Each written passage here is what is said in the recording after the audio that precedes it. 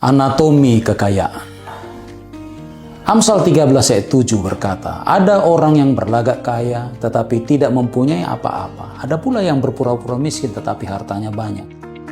Saudara-saudara, kekayaan itu bisa menipu pandangan. Dunia kita sering menilai orang dari penampilan luar, bukan? Ada yang terlihat sukses, hidup mewah, tetapi hatinya kosong melompong. Sebaliknya, ada orang sederhana, bahkan mungkin miskin di mata manusia, tetapi sesungguhnya berhati kaya, punya damai sejahtera, sukacita dan kasih yang tak ternilai. Amsal 11 ayat 28 mengingatkan, siapa mempercayakan diri kepada kekayaan akan jatuh. Jadi artinya kekayaan bukanlah dasar hidup, jangan bergantung padanya. Itu hanya sementara, bisa lenyap kapan saja. Kalau bukan hartanya yang lenyap, berarti jiwanya. Saya juga tertarik dengan doa Agur. Doanya adalah hidup cukup, dan itu adalah kekayaan.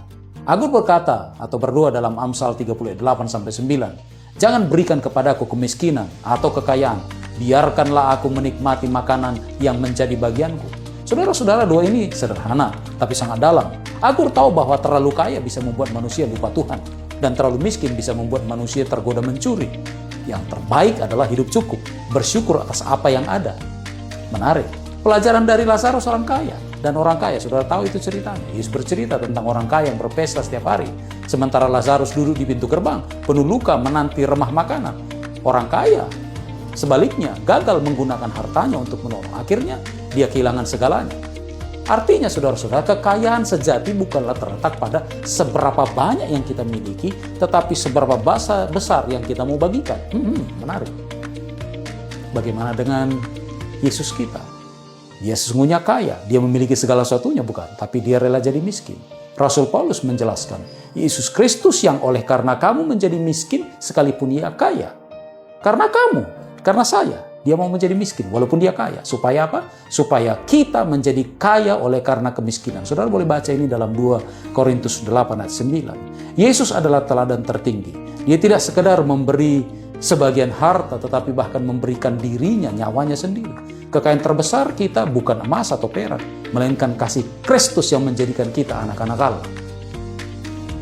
Jadi Yesus menasihatkan, janganlah kamu mengumpulkan harta di bumi, tetapi kumpulkanlah harta di surga. Sebab di mana hartamu berada, di situ juga hatimu berada. Matius 6 ayat 19-21. Harta di bumi bisa hilang, saudara-saudara. Tetapi setiap kali kita berbagi kasih, menolong sesama, mempersembahkan waktu dan berkat bagi Tuhan, kita sedang menaruh harta kita di surga. Jika demikian, siapakah sesungguhnya yang kaya? Saudara, mungkin kita tampak miskin, tetapi jika dari kekurangan kita masih bisa memberkati orang lain, kita sesungguhnya orang kaya di mata Tuhan. Sebaliknya, seseorang bisa tampak kaya, tetapi jika hanya hidup untuk dirinya sendiri, ia adalah orang yang paling miskin, paling malang. Mari kita belajar berkata cukup. Hidup dengan hati yang bersyukur dan menggunakan berkat Tuhan untuk memperkaya kehidupan orang lain. Itulah kekayaan sejati yang berkenan kepada Allah. Reflection for the day.